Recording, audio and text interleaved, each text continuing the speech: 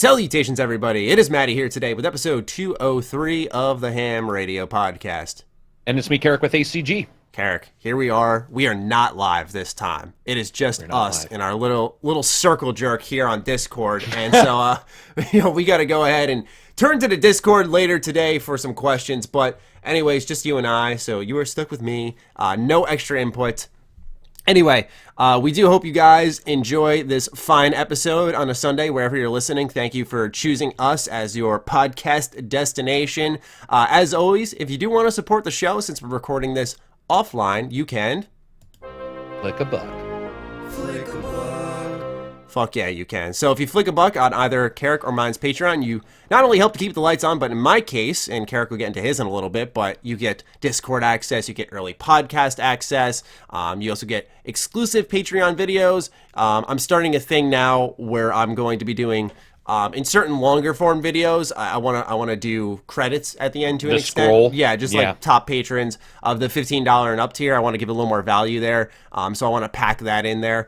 So yeah, we're doing awesome things. Actually, since I've joined Colin's Patreon, we've gone up about 15, which, usually I float around like 140, 130. So to see it jump that much has been great. So I want to thank everyone who did decide to flick a buck over on my Patreon. But Karak, a little pitch on yours. What are you doing with your little business over there? You know what? We do pretty much the same stuff. I don't at this time do the private podcasts as of yet, but we are putting together something to replace. We do the Patron podcasts, actually, so I guess we do those. But most of mine is the same kind of stuff, some merchandise, Discord, help with the channel if you want help like you do, where we both offer assistance, which, strangely enough, you end up finding a lot of people who have the same mistakes you and I make. So that's probably one of the major ones I do, is just sit and help people all day in Discord. Like, what webcam do I get? What what difficulty is here? I just leave my messages open and I tell them, like, hey, it's not just these consultations I give you. Like, I want it to be an open dialogue. So if you're like looking at a new camera, you have like an idea for a video, like you just want to shoot it my way. Like, it's not just limited to that. Yeah, man. And we do game giveaways too, both of us. And from you do yours way more frequently. Mine's like a once a month kind of thing. I just select a random patron and I just leave it at that, and we do a game giveaway. But it also highlights how few people check their messages on Patreon, because I've done 3 game giveaways and 3 people just didn't know, and I've like emailed them directly. I'm like, you won a free game. Hello. And like and I would get no response. I'm like, all right, it's on to the next one. Yeah, occasionally you might want to do what I did. I finally, last 2 weeks ago, I emailed everybody on Patreon and then messaged them separately as well. And both were like, if you are not seeing these, or if you just see them on Patreon, check to make sure Gmail isn't going to spam from me, if you're getting multiple updates. Because it is just a generic, it doesn't take much for Gmail to be like, especially if somebody just is like, oh, this one doesn't interest me, it's just an update about a review, I already saw it. And if they delete it a couple times, it can go to spam. And there's been times where, trying to give something away to somebody, or they have an issue on their account and they just never respond. Yeah, you'd never think giving away free stuff would be a problem, but it has been. I'm talking about you, big boss, by the way. You were one of the people I have emailed. He's always in the Discord chatting it up. Check your email. You won a free game. Check it, damn it. Anyway, ladies and gentlemen, welcome to the show. Now that our intro is over, let's shift on over. Actually, well, hold on. Do you have any upcoming projects, Karak? I'm sorry. No, that's all right. That's a good point. I'm looking at Dark Future, Blood Red States, which is a board game turned into a video game. Wow. It's Car Wars. So basically, Games Workshop, futuristic Car Wars. So you're driving a car around on a road. You can pause the game, decide what attacks to do, where to move on the road. And it's like a Mad Max turn-based road warrior game. You had me at turn-based. Yeah, it's actually, and it's also real-time if you want, so you can switch at any time between the two. I'm covering that. Might do a walk in the walk for Plague Tale. That'd be interesting. I'd want to see that. I need to get a couple developers and answer a couple questions I have before I do. And then Review and Observation, which is a PS4 exclusive that comes out next... came out, yeah. Yeah, it comes out next week, I think. I hadn't looked. I got a code in my email. I'm going to have to look into it. I actually had not heard of this game. It dropped in my inbox. I was like, let's take a look. So once I got some free time later, I'll look at that. For me, It's looking like the slate is clean. I really don't have a ton of huge projects coming up just because it's, as you know, been review these last like 3 months. And so I was saying on my stream last night, I'm like, all right, it's nice to unplug. One thing I would appreciate for those listening right now, if you guys wanted to check out anything, would be my tier list. I did an Ultimate Bethesda tier list. I saw that. Every single game they ever released since 1995. It took a lot of time to make, a lot more time than I like to admit, because I don't go lazy. So I put gameplay in when I'm talking about certain games. I tried to like match it up, and I added music and a ton of edits to it. So it wasn't just like a simple tier list video, but I'd appreciate anyone going and checking that out. 40 plus minutes of quality content. Anyway, now with our intro officially done, let's move over to 2 games that we did review, Karak, which are A Plague Tale and Rage 2. Now, Rage 2, I feel like we're going to talk about the game and then get more into its reviews versus the original. But I guess let's start off with Plague Tale. I know you were pretty glowing about that game. I was glowing. You like glow. Yeah. You enjoyed it quite a bit, yeah?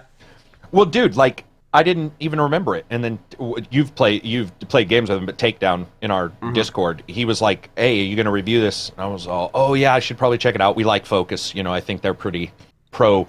They're awesome. You know, pro getting reviews despite maybe it not being good. And they were very cool to throw me a bone. And I thought that the story, so many games that are like this, Hellblade, which I really liked, some of those games, they truncate the story because they're shorter because it costs so much for voice acting, which is, I think, we all buy into. VR has a VR tax where it's like, oh, it's a shorter game, but it's VR, so it's 20, 30 bucks for only a couple minutes sometimes. Yeah. And so this one was like 11.5 hours for Reg. I beat it in about 13. I did walk around, do some testing on the graphics. And for me, just as a world to explore and a time frame I've never explored in a game before, 1398 or something, France. It was some crazy year. Near in the 1400s, Kingdom of France, yeah.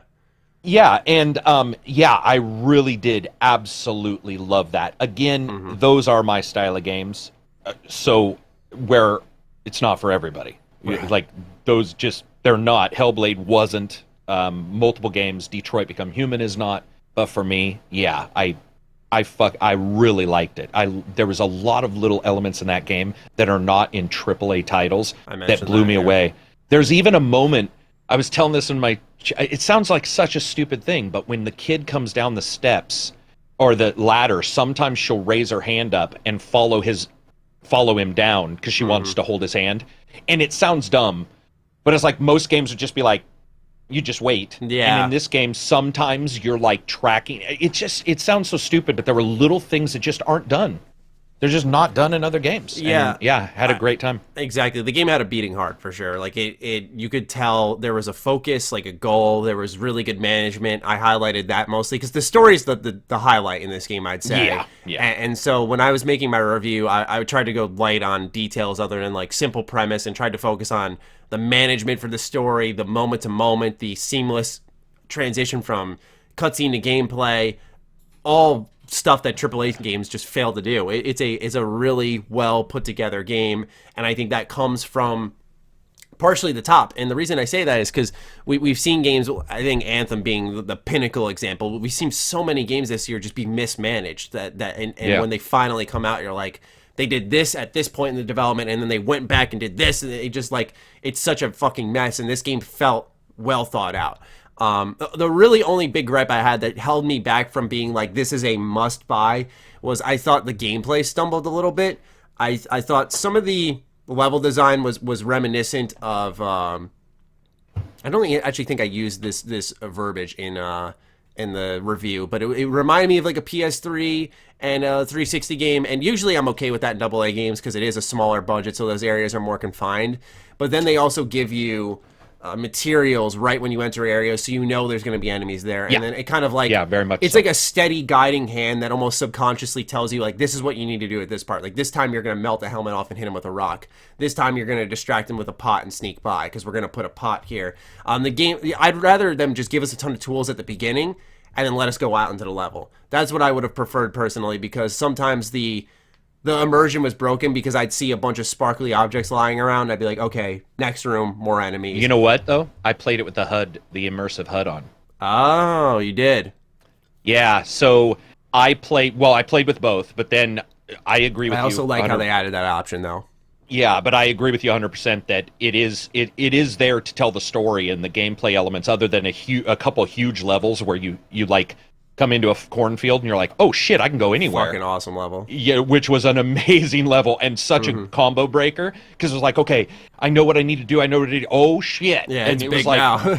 what the fuck's happening? But I would agree 100%. I think if people are going to play it, it's just like we're going to talk about Rage 2. If you're going to play Rage 2, turn it on hard at minimum. Nightmarish, pretty difficult unless you've upgraded, but hard would be where you should start. And with this game, immersive HUD is where you should start. And then if you find yourself confused, turn off that and play, because the sparkling stuff comes back. And then you can identify what usually will be around in what location. But yeah, it force feeds you. It doesn't force feed you. I don't know what the term would be, but it lays the stuff there. I was going to say, it's like I said, I think it's almost like a subconscious thing. Like they just laid out there and they're like, this is what you're probably going to need.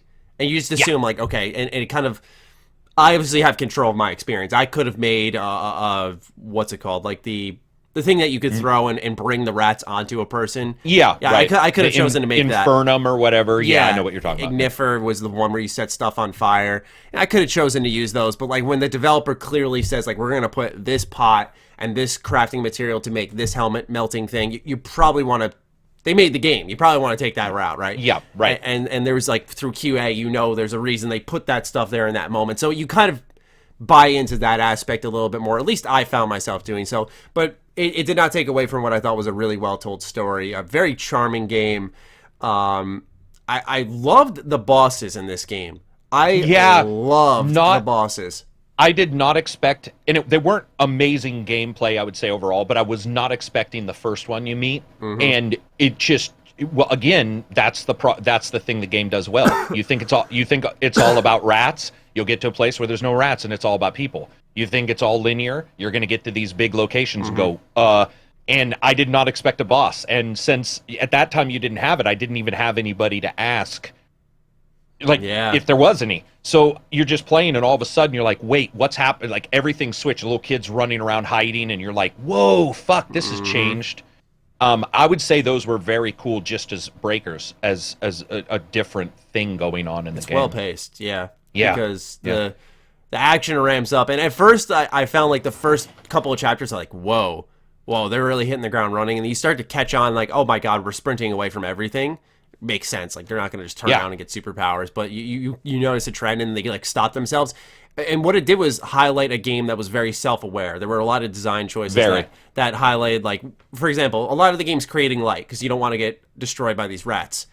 For those who don't know, the rats in this game they have like it's almost like a duality. You're able to use them as a really interesting weapon, but they're also the death of you if you get careless. Instantly. Yeah, instantly. By the way, yeah, sorry. Like if you, absolutely. Because if you stumble near them at all, they'll track into the light a little bit and be like, "Yeah, we're fucking coming for you, bitch." Like, and it's if pretty one wild. gets a hold of you, you have like a millisecond to get back into the light before it's game over. Yeah, and it instills, one of the things I said is it puts a lot of vulnerability in the gameplay. You're like, wow, I'm weak unless I get crafty here. And it brings it back to my original point of how the game knows that, okay, light's going to be a major thing in our game. We need to create light in order to keep the rats away. How do we keep that changing? And the way they introduce like different methods of creating light, tension by creating light. For example, you grab a stick, you set it on fire, you're like, yes, I got light, but it lasts for 10 seconds tops. Yeah. Torches are infrequent. Very rarely are they used after like the first chapter or two. What else is there? The ignifer, the light rays. I mean, there's a lot of different ways to create it, and you have to be paying attention to the level. So it's really awesome what they did, because it shows that the developer tested it a lot, and it plays in a polished manner where you could tell it was tested quite a bit. I also think that it's probably one of the best. Luckily, I had a good chance to like fuck around and even joke in my review, but it's one of the first games where voice. So like most of the time, and this happened with Days Gone, there's the bad guy, the fucking bandana dude, and he's like, I don't like you. And then like 20 minutes later, he's like, okay, we're friends. And in this game, Hugo and Amicia. Yes, yeah, Amicia. She starts out, and when she calls his name at the starting, she's very frustrated with him. So she's like Hugo when he runs off, and then as the levels go on, if she calls for him, there's more of a tension of like Hugo. You know, there's like a where are you? And then by the end, it's like love. And it's like Hugo, you know, you can see a tension change in the voice actress where they were like later on. Sorry, my dog's agree. But later on, her voice actually adjusts to the situations at hand, where most games are not allowed the time to do that. And it feels like, just like you said, they developed it that way, where maybe they said we need an 11.5 hour game, blah blah blah, and so the publisher didn't say cut it to 10. They were like, well, whatever you need to tell the story in the way you want. And then secondarily, when somebody gets chewed up by rats, it is quite literally, at least the first couple times for me, was haunting. Because there's one time where you set up a guy and he's yelling at you. He's like, please, no. And you're fucking waving your torch. And he's like, no, please. And the rats are coming near him. He doesn't have a torch. Oh, and you're like, fuck, and he's like crying out. He's like, please, God, no. God, no. I mean, he's and you're a little girl. What people don't understand is I think a lot of people took it as a story about a boy who loses their innocence, or maybe a brother and sister. But what really happens through that game is that you do, as the sister, lose your innocence because you have to save the boy. And so there are times where you're like, fuck. She's like forced to mature, yeah. And she's forced to mature, and not in the most comfortable ways at many times. So like her lies to him start out in one way, and then they adjust because, you know, there's some things you can't lie to him about because he understands what's happening. And then you change that, and he acts a certain way at first, and then starts to adjust to those situations, and that's all played out through voice. And and then it's suddenly Goonies. I don't know what the fuck this game is doing, but like I was playing it, and suddenly there's 4 people in my team, and I'm like, what? Like it started out with you and her, right? And you're all okay, and then it's you and her and a kid, and then it's you and her and a kid and a girl, and you're all, what? There's like multiple people bouncing off and, like, each other, and skills. Yeah, it's crazy. Yeah, it was like medieval Goonies. I was just like, this is crazy. I never expected this to occur in this game. It's just, it highlighted voice to me with their interplay amongst each other. One thing I do want to touch on is I want to know if you thought the same thing I did, which is that the story was paced remarkably well, and it was just long enough to tell its full story, not feel like it went on too long. But did you feel like once the final chapters picked up that the gameplay really hit its stride, because you got all the tools, the levels started to open up, there were a lot of ways to play around, and it almost ended too short for the gameplay to hit that point where you're like, yes, this is it? Because I finally, once I got my hands on all the tools, I was in love with the gameplay. I was like, yes, like everything I want is right here, and it just ends too short in that regard. But when it ended story-wise, I was satisfied. I was like, perfect, this is what should have happened. You know what I'm saying? I've never had that with the game.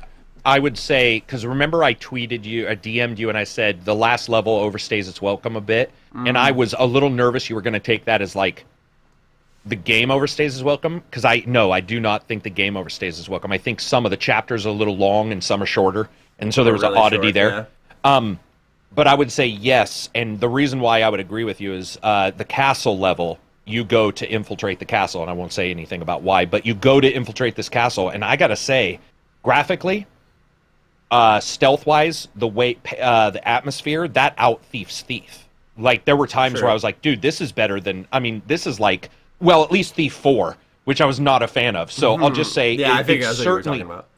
Yeah, it certainly out-thiefs Thief 4. And I'm sitting there walking around, like, actually worried about where I'm going. And then, once you get your limited set of items, because it's not many, but once you get your limited set of items and you understand what you can do with like the rats, what you can do with knocking people out versus in particular the thing where you can stun people if they attack you.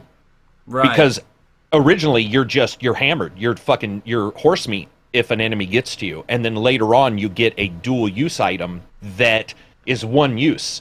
So it's either use it on somebody when you're far away, when you sneak up behind them, or when they attack you. But you're like, if 2 people attack you, you're fucked, because you'll usually only have one of those. And it even warns you. I love how it warns you. It's like, listen, dude, don't fucking overuse or don't overcreate this one thing, because the resources are very hard to come by. There's an actual warning that pops up. Yeah, because I was it ties crafting it materials ties you two need things for together for your upgrades to the limited materials that can easily take out enemies. It's interesting. Yeah, and I haven't seen that done in a lot of. I haven't seen a game warn me. That's for sure. I don't remember the last game that was like, listen, don't go fucking using this. Yeah, don't go using this on everybody because it's very hard to create. And I was like, oh shit. And so then I found myself holding on to it, which also changed the gameplay. So yeah, I would say, honestly, I feel like they have the chops now to sort of maybe. I mean, dude, if there was a Thief game. Some improved movement a little bit, a couple improved items. These are the guys, actually, I would much rather work on it than Eidos. I would kill to have them, like, look into a stealth game. Full stealth game. I'm looking at the games this studio has made, all right? Because I was curious. I'm like, what else have they worked on that we've played? And obviously, they have games that they've assisted on. We can see here the Crew 2 is on their website. Yeah, they're definitely Quantum an Break. assist company. Yeah. We see Recore here. I think they're a part of Microsoft to some extent. But what's interesting is Toy Story 3 is listed here. I love Toy Story 3. I think it's one of the best. Yep. One of the best best movie games. It is a hidden games. gem. Hidden gem. Wally's here. Fuel, which I got to say, that was an underrated 360 A lot of people game. liked Fuel. Yeah. I very much enjoyed Fuel, and they worked on that. So they do have and obviously they've assisted on a ton of games. A little bit of a DNA there. Yeah, there's a little bit of a DNA of a company who's seen a lot and has worked on a lot, but I think A Plague Tale is like their original, like this is our game, which is awesome. I'm glad that they got it right. It says the studio has developed 17 games for both consoles and PC, including video game adaptations of the Pixar movies Ratatouille, WALL-E, Up, and Toy Story 3. So yeah, they fucking killed it on Toy Story 3. They did. Never seen I haven't played the others. Ratatouille, but anyway, it was just I thought a little interesting tidbit I wanted to add in there. So yeah, Plague Tale's it's awesome, man. Yeah, I can see why some people might not be their thing, and I agree with you 100% about the and again we'll talk about it with Rage, where there's a setting almost that like if you want to enjoy it to its utmost, you should probably do this setting, which is unfortunate. Sekiro had this, by the way. Sekiro has a control issue where if you play Sekiro with its original control scheme, it's much more of a almost uncomfortable odd game than if you go in and switch just 2 buttons. Yeah. And I don't know how it happened, but this has happened more and more often, where you get into a game and you're like, there's something off, or there's something about, and then you go in and there's a setting for that one thing, and you're like, all right, and then you switch that setting, and suddenly it feels different. And so I could see people playing Plague Tale, the glittery stuff, seeing everything sort of there, being a little bit more directed than they would want. Yeah. So, yeah, I would warn people to not do that. Agreed. And so speaking of Rage 2, we'll hop into that. Let's talk about our general thoughts on the game, and then we'll get into the review comparisons, because I think that'll be interesting. But overall, based off like my comment section, I was reading what was written about Rage 2, and a lot of people were really happy that I gave it a positive review, and you did too, because it seemed like we were one of the few who were like, fuck yeah, this game rocks. I didn't have a chance to watch your review, but based off what people are saying in my comments, at least, that's kind of what I'm going off of. So let's hear you first. What do you think of Rage 2? I pretty much agree with yours. I think the car combat's a little wanting, which is uncomfortable when Avalanche is the car combat people. And I would have liked to have seen a little bit better combat, a little bit more enjoyable. Like a Mad Max almost, or? Yeah, Mad Max's even if you didn't like Mad Max, most people still like the car combat in Mad Max. And that did not translate perfectly over to Rage 2 for reasons. There's multiple reasons, including, I think, the generic gun you have in Rage 2 on the car isn't really as impactful. It just sort of shoots some light at people, and then some parts come off, but you're like, this is an autocannon. It should be, there should be shit flying everywhere. There's a couple things there. But, no, Rage 2, I would say technically, I definitely have some issues with Rage 2. I think technically it's not where I would have hoped. But overall, they did what Far Cry did not do. Far Cry New Dawn, which is where they took the aesthetic and they mix it into everything. So when you do Overdrive, it's purple and red, and there's all these colors. Everything about the game is color-based, which, if you're colorblind, probably sucks. Yeah. Sorry. Yeah, that somebody brought that up today. They were like, this is one problem I'm having. I was like, oh fuck, you're right. But dude, slickest movement and combat, especially on hard or nightmarish, since Doom. Hands down. And when you can upgrade, I was telling people, you don't in my review, I said you have skills for your skills for your skills. You quite literally have a skill that you can upgrade that has a skill point that you can buy that allows for you to do another skill at the end of that skill. Little confusing at first, but it's... Well, yeah, for sure, because everything on the left, you're just like, what the fuck? Charisma, or not charisma, constitution. Yeah. There's all these things you can upgrade. Guns, you upgrade the gun, but then you also can put a perk on each gun. Yeah. And you're just like... And then you can get a perk in a project that lets you reroute guns. It's like, oh, so I can change them. Yeah, you're just like, what the fuck? But overall, I would say it's not the greatest game in the world at all. I would say it's good. It's good. It's good. And I liked what I got to experience. I also did something most others didn't. I played a bit of the open world, then I beat it, and then I continued playing. And I personally feel this is exactly what happened with Resident Evil 2 in the remake. You have the decision to make at the starting of the game. Claire or Leon. My personal belief is if you play it out of order, it can feel weird. And multiple people I've talked to have said that's exactly how they felt when they played the stories out of order.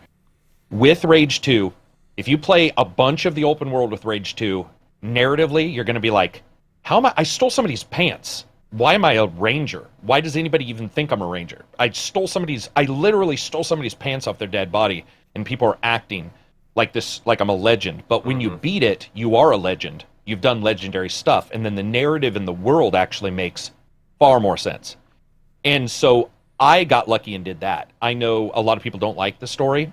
I didn't like it. I didn't love it at all. I thought it was the story was just like, what the fuck?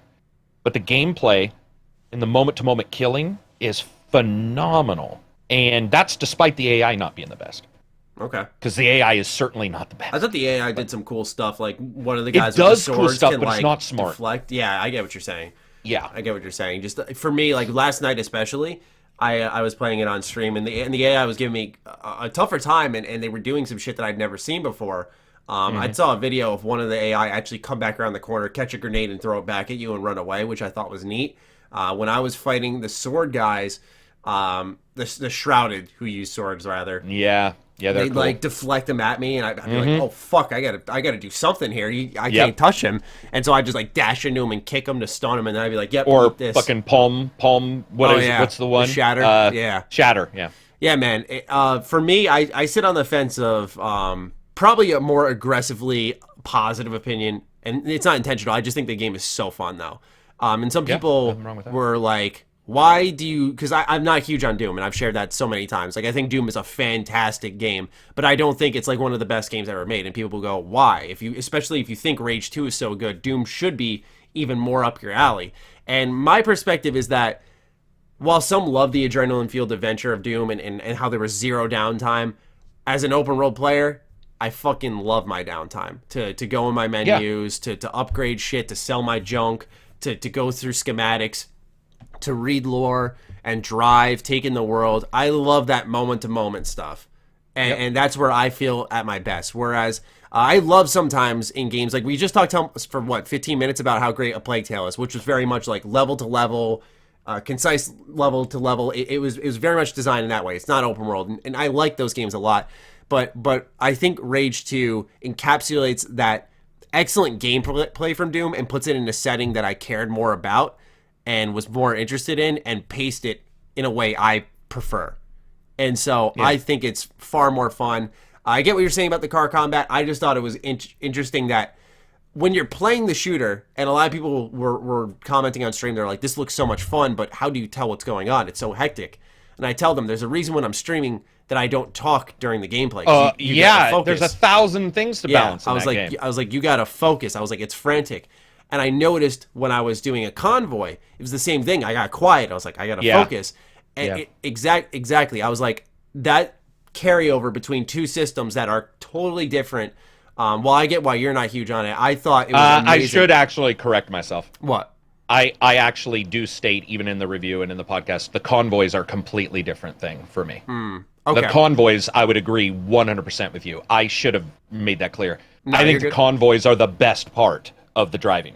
Yeah. But there's not even a shadow of the doubt. I love how they keep respawning. I was like, thank God. This is the one thing that I don't want to end. They go nuts when you get near. They like all of a sudden you see their energy net thing come up and you're just like, whoa, they know I'm here. What I should have said is, I mean, like the dude's just on the road not doing anything, or you drive by a car, he doesn't attack you. There's a lot of times where I'm like, are people scared of me? I feel like they took note of Far Cry where I agree with that. Where the world just doesn't harass you. And I was so happy. Where you get in a car and everybody knows exactly where you are. I was so fucking happy that every car I drove by did not open fire on me unless I did. No, and if I stumbled upon a convoy, and I mentioned that in my review, I said it's not like Far Cry where you're getting harassed along the map. Because that would have fucking damaged the moment to moment, in my opinion. But the convoys, when you have to like charge up the because you can dash in your car to kind of avoid attacks, and then you can hold that same dash button. Yeah, and do the energy. Yeah, and do an energy blast to expose weak parts of the enemy cars. And so then you have to like angle yourself and start shooting at their weak parts to take them down. Or you can just straight up unload on them, but obviously it's a waste of ammo because you're not going to do as much damage. And eventually you kind of crawl your way up to this big monstrosity of a vehicle at the end of the convoy, and it's like a whole mini boss of its own. I just thought mixing all that together is tough. Like I said, making a great shooter, granted they probably had the framework from Doom, but making a great shooter with excellent level design that was akin to Doom in an open world setting, I thought that's so hard to do. Like the way that objects were placed and thoughtfully crafted, where there was always cover in one spot or a place to jump up so you could slam down. If you get the upgrade for the singularity pole, then you bring in like 5 enemies and bounce on them. The way that they accounted for everything in this big world, like it was all just separate arenas crafted, I thought was a marvelous achievement. So I was really big on it, where it reminded me of like a PS2 game. I was like, this is just fucking fun, man. Like this is such a fun ass game. And I say it all the time. Like when I'm streaming it, I'm just like, Maddie, what do you think of the game? I'm like, it's fun, dude. It's so fun. I agree with you though. Story, not good. But I have a point it's not very good. Exactly. I'd want to talk about with you and get your perspective on, because some people agree with what I'm saying and we're like, yes, like review the game for what it's about, which is pretty much what I stand by. But there is a contingent of folks who were saying that when I said in my review, the game drops you in the open world in 20 minutes. Almost immediately, like they tell you this story does not fucking matter. And the argument could be made, don't even do a story. But clearly their focus was get them in the world, get them playing. That's why I reviewed it based off. I was like, the world, the gameplay. I was like, if you're playing for the story, it's not why you're fucking here. What do you think about that approach? Oh, no, that's the approach. Well, you mean to reviewing? Not to reviewing. I shouldn't say that. Like I'm validating a review process. I'm saying, rather, I'll change the question. What was your approach did you consider the story as heavily in this game? Because I didn't at all. And some people were like, you should, because a bad story is a bad story. And I'm like, you don't play Rage 2 for this story at all. Like I think the gameplay systems are clearly the design focus. Kind of like how A Plague Tale, its focus was the story and the characters. And they built them so well, and that's why I was like, that was the focus of the developers. That's clearly what they wanted to do well here. And they did it well, so that should be celebrated, and why I pretty much recommended the game if you had means, because it's a little shorter, so I wasn't like instant buy. And in the case of Rage 2, I was like, gameplay systems clearly the focus, thought it was done excellently. I was like, must buy. Well, I think it's a little disingenuous to... I think when people are dissing on the story, it's a little disingenuous to pretend that no gameplay occurs in the story. True. Which it does. So when somebody says it's a bad story, the cutscenes might be bad, the plot might not grab you, but that doesn't even mean it's a bad story. I've had games that are considered masterpieces where the story doesn't grab me. Is it bad? I don't know. You know, it didn't grab me, and I can explain why. But I'll say I rated the game a buy because of the fun factor. Like Same. I just said, it has its issues, but it's fun enough that I have no problem paying what I paid for it. Like, none. Because I buy it, you know, even they gave me the code and I was just, I'll just go pre-order it. I don't feel like I lost any money. So no, I would say you and I agree. I would say I was getting to the point to where I was going to say, I also think it's disingenuous to pretend that every game has to be identical. And so it's like, if it does have a bad story, okay, what elevates past the bad story? The gameplay. Right, and that's the approach I had. Yeah, so I do break it down where you don't break it like I do with a category where I'm fun factor, but the reason why I do is because I like to explain that very clearly, that if it has technical issues or it has this or it has a bad story, fun factor, and then I try to describe the juice, like what is it that you said actually a couple of weeks ago how that's like your most important thing, like the fun factor. Is a game fun? Yeah, is a game fun? Because to me it is a game. And I even described in Plague Tale, I said, listen, this is not the type of fun most people will get from a game. To me, it was a satisfaction. It is a different type of fun. But for Rage, no, I agree. I think that when it comes down to it, I get where somebody's coming from. Bad story is bad story. Sure. But bad story is bad story. Is it still fun? Oh, yeah, it's a fucking blast. And then also during those story moments, and everybody will always pretend this doesn't occur, and I don't know why, and it's a little creepy at times. But people will pretend that during the story that they may not love, there are action moments that they do. And you'll be like, well, so I get that, but you can't just negate the fun factor that's in the story when you're playing those elements or those missions that are in the story. So you're saying, like, for example, the story introduces you to the Mutant Bash TV section? Exactly. Okay. Or to an awesome level, or to a great boss battle, even though I wasn't in love with these boss battles, I would say still that's how it works. But you'll get a lot of people saying, "Oh, the story, blah blah blah," and they pretend as if the story is a sectioned off series of cutscenes where there's no gameplay in between. You're like, dude, you can't do that. Like that would you probably section it into narrative versus that's exactly right. If you wanted to break off, because I break off gameplay, I say a little bit about the story. If I wanted to break off story by itself, I would certainly ding on it for things. But I definitely would be saying in the review, I'd be like, between those cutscenes that aren't the greatest is still new levels that I really like, right? Or a new military complex I love, or a new enemy introduced. So it's sort of weird for me. I get where somebody's coming from. I absolutely do. I just wanted to get your thoughts on. Yeah, no, I think we agree. I think another thing is when somebody tries to compare it to every game past. And I'm like, first of all, not every person has played a game. I said this morning on Twitter. Not everybody's played Final Fantasy VII and thinks it's better than sex. Sorry.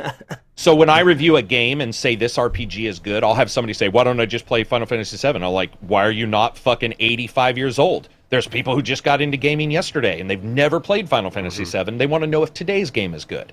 So when you're looking at Rage, you're usually identifying it as today's game, and then you'll draw comparisons because that helps people. Comparisons help people. Yeah.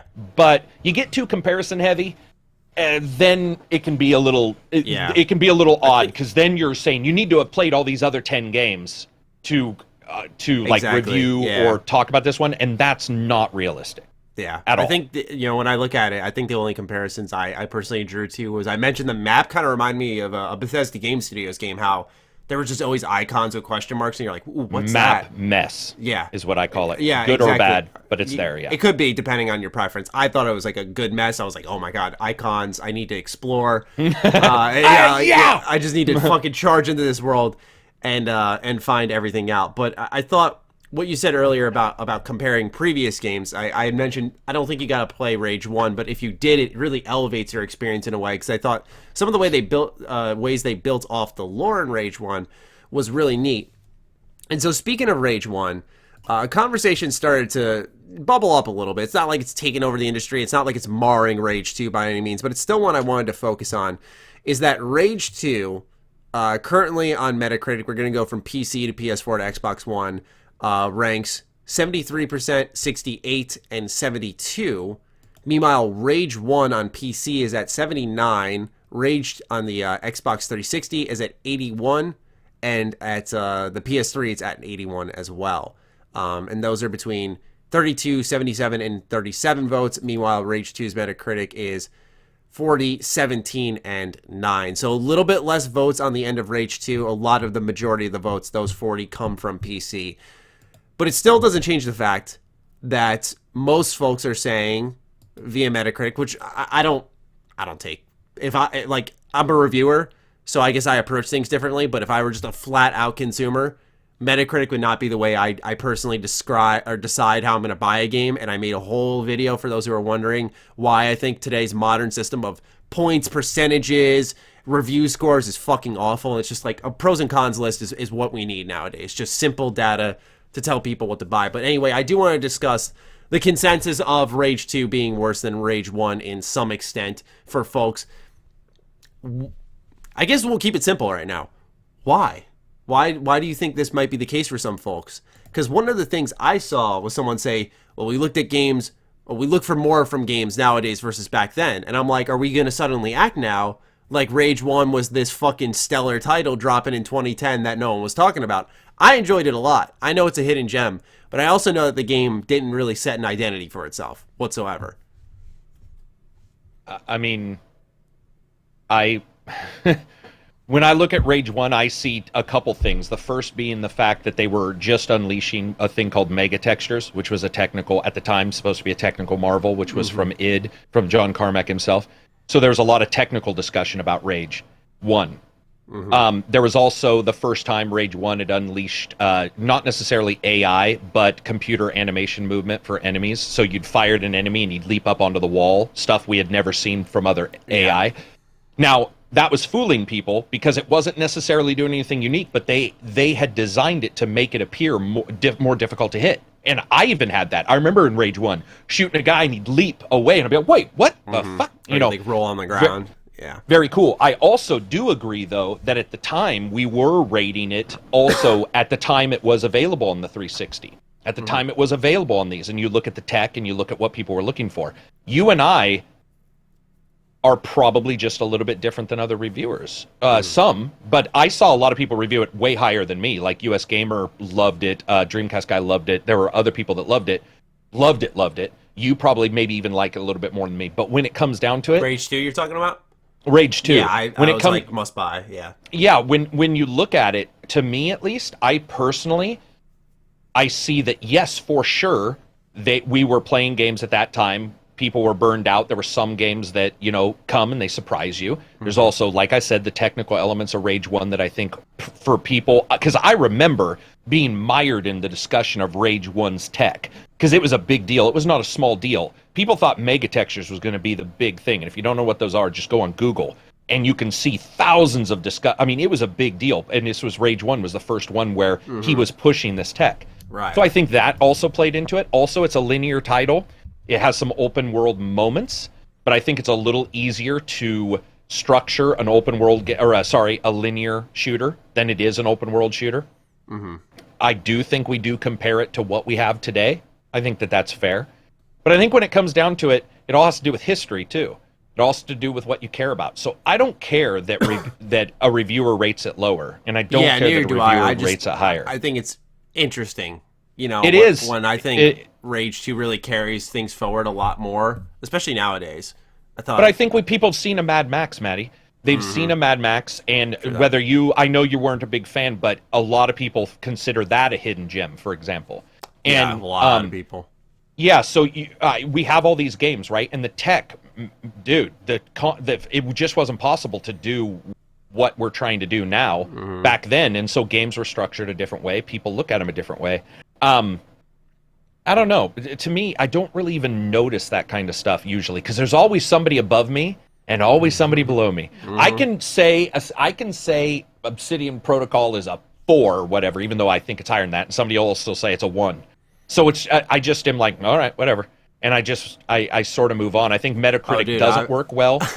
I'm getting a ton of that with my Bethesda tier list. Like, people were just like, you should have put a Rage in the A and Doom in the S. Yeah, Wolfenstein Youngblood the Old Blood is not a little just tacked on entry in the series. It's more than that. Here's why. Like, just people. That's because a lot of them lack the context of what your experiences are. Yeah, and that's where the problems come from. Is they lack the experience of your context. What did you play it on? Did you play the original? I'm saying any game. If you played one game on a console, the other person played it on a PC. Maybe you just didn't have a PC at the time, so you weren't incredibly in love with whatever game we're talking about. Now you're on PC. You have better control, let's say. So now you're higher on PC. But the problem is people, because they want to put confidence in their own purchases, they have a very difficult time understanding the context of somebody else's experience. It's very difficult for somebody to put themselves, they say, you see it all the time, put yourself in somebody else's shoes.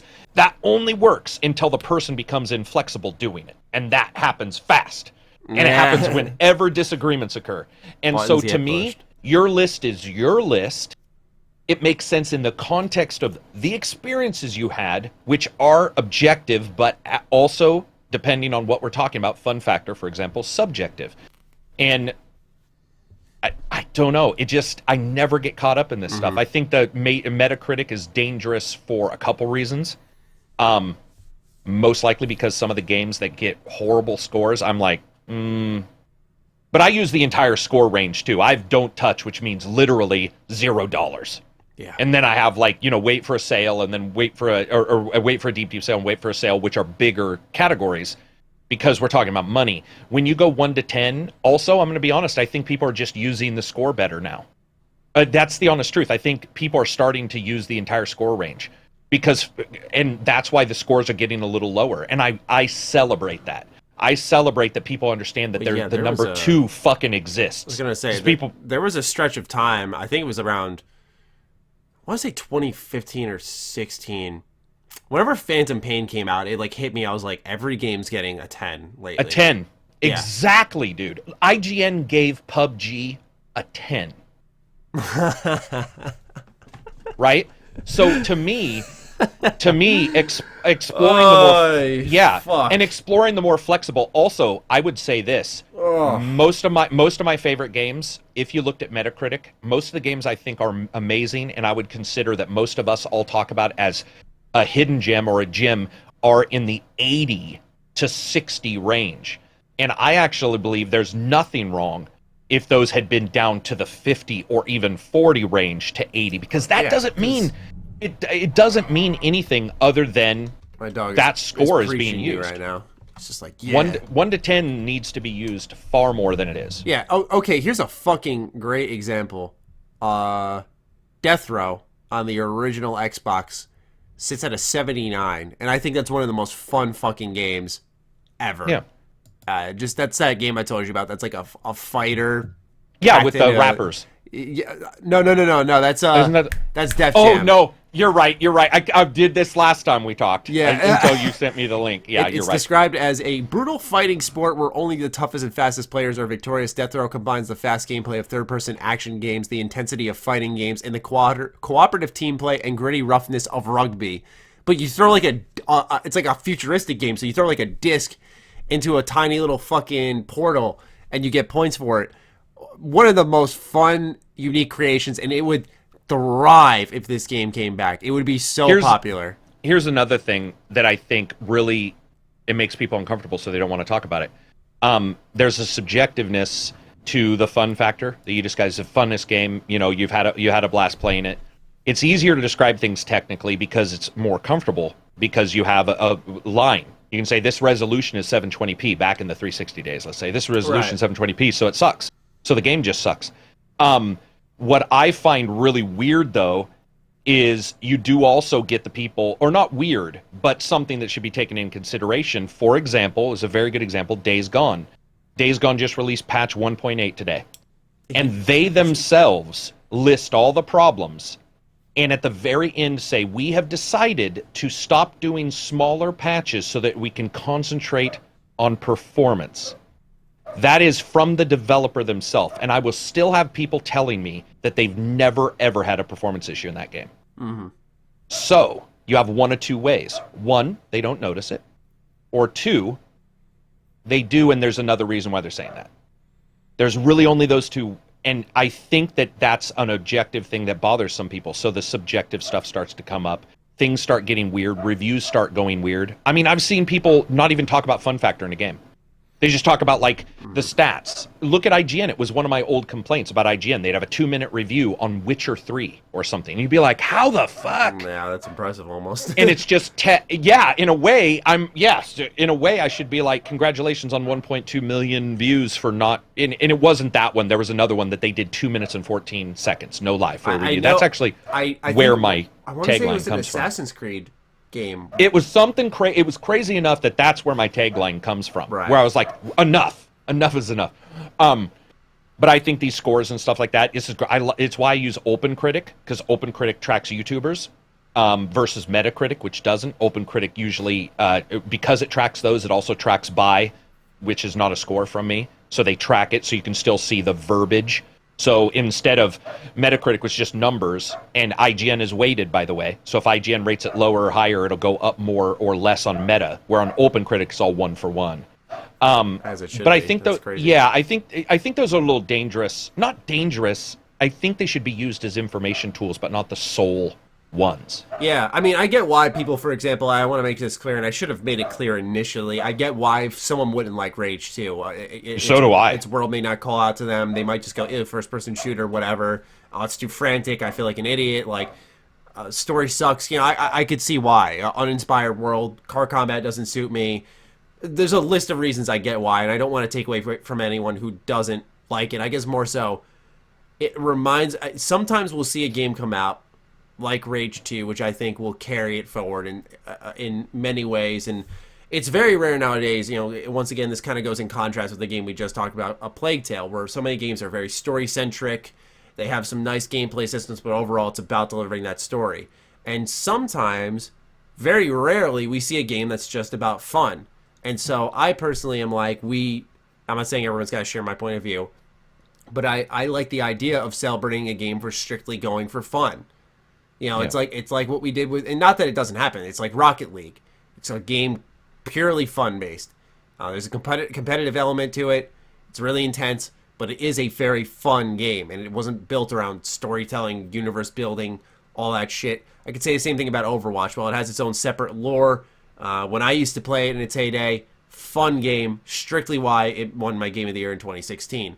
I guess I don't want that being lost in the conversation of better or worse, because what I'm aiming at, to those listening who may be on the fence, is that I guess what I was trying to emphasize more so is that what we have on our hands is a fun game that might not have a score representing it. And that's why I made a video on my channel about the review scores and how it's not like you should just flat out ignore them, but take into consideration who's reviewing it, what they're saying, what their tastes are. Very important. Watch people who challenge you, watch people who don't.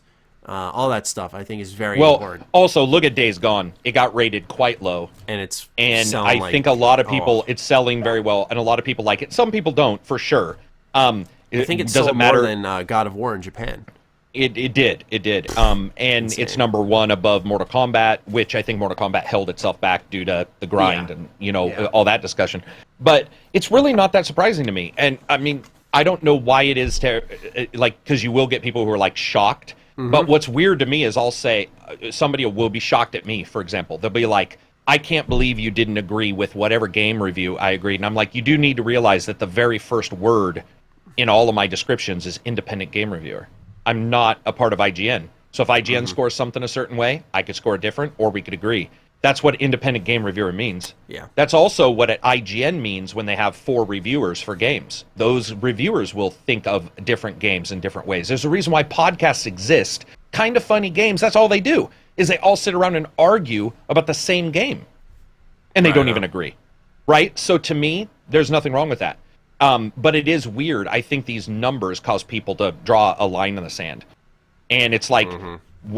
I don't think there's an example of any person listening who cannot tell me a game that they have disagreed with the majority on. And I don't think there's anything wrong with that. And there's certainly not something wrong with them disagreeing with you because you like a certain game, me because I like a certain one or dislike it, as long as context is drawn. I think most of the time we do that. But sometimes you won't. I mean, sometimes you just won't hit it for somebody. But yeah. I don't really even look at Metacritic, or I didn't know what it was rated until somebody in Discord was like, dude, it rated low. A YouTuber I know, and we have the discussion. Yeah, they put it out, and then they were like, I can't believe this is scoring like considerably worse than Rage 1. I was like, really? Like, how long is this? Like hyperbolic? Yeah, that's and I looked and I was like, oh wow, like, it is by a decent amount. And I think Rage 2 offers a lot for what modern gamers have dug for years, but maybe it's on the tail end where people are getting open world fatigue. It'll be an interesting conversation to see develop. Apocalyptic fatigue, everything from State of Decay, Days Gone, Far Cry New Dawn, Mad Max, as Rage well as 2. now this, Rage 2. So are people getting a little bit of post-apocalyptic fatigue as well? I guess possible. That's why, I don't know, I feel like all that just ends up being attacked, because I could resonate with that, but I just feel like, but it's for not example, you. State of absolutely. I'm just saying I could resonate and understand where they're coming from. But like, for example, State of Decay, I think it was so buggy. Its price point, and it's obviously a lot better now. But I'm saying its price point and its gameplay systems, some of its tension, and the looting. It's just fucking awesome. And a lot of companies don't take price in, Maddie. The number of people I know who, when I say it's 40 is different than 60, people are like, oh, I didn't even think about that. I'm like, wait, aren't we the community that talks about Humble Bundle all the time and getting things on sale? How can you not discuss that in a review? And I've even seen huge review podcasts. I don't consider stuff like Humble Bundle because I feel like that fluctuates. No, but I consider the day and date purchase for whatever it costs me on the day of purchase is how I rate the game. Same. So if it's $40, and then if somebody comes in and says it's on sale for $20 now, and I'm like, well, there you go.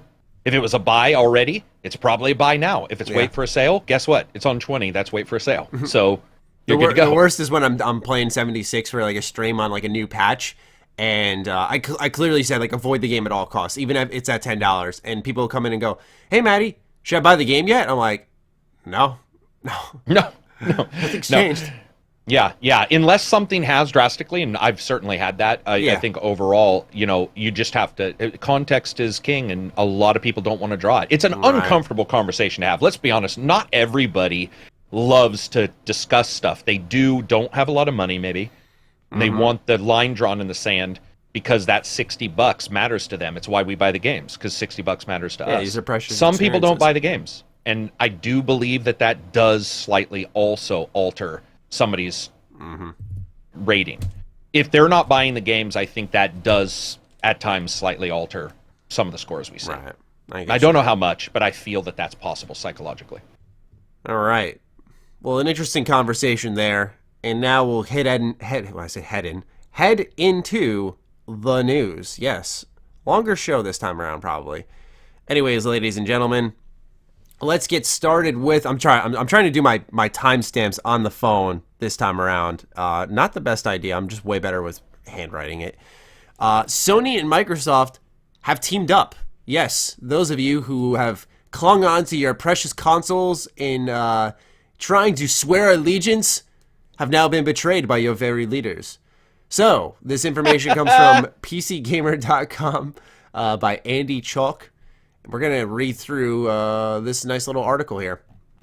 So let's get started. In what may be one of the most unexpected team-ups since Archie met the Punisher, I like that reference, Sony and Microsoft have announced plans to form a strategic partnership through which they will collaborate on the development of cloud-based technology to support their game and streaming services. So this isn't, ladies and gentlemen, like other Sony and Microsoft. This is our Sony and Microsoft who works on games. Sony is a creative entertainment company with a solid foundation of technology.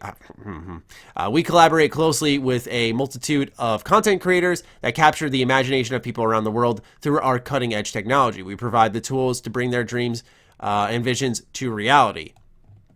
For many years, Microsoft has been a key partner for us, though, of course, the two companies have been also competing in some areas. I believe that our joint development of future cloud solutions will contribute greatly to the advancement of interactive content. The partnership at this point is strictly a memorandum of understanding, which the companies said will enable them to explore the potential use of Microsoft's Azure data centers to support Sony's online services, which is awesome. We'll get into that in a little bit. As well as joint development of new hardware and AI technology. More long-term, the announcements suggest a mix of Sony's hardware, cutting-edge image sensors and semiconductors, and Microsoft's Azure AI and cloud technology. The parties will explore incorporation of Microsoft's advanced AI platform and tools in Sony consumer products to provide highly intuitive and user-friendly AI experiences. Sony's always been a leader in both entertainment and technology, and the collaboration we announced today builds on this history of innovation. Game consoles typically fall outside of our purview, but the potential impact of this partnership on gaming as a whole, through advances in streaming, AI, cloud technology, and the promise of better development platforms for content creator community is enormous. Predictions of the final console generation have been kicking around for years. Ubisoft CEO Yves Guillemot, I think it is. Guillemot, yeah.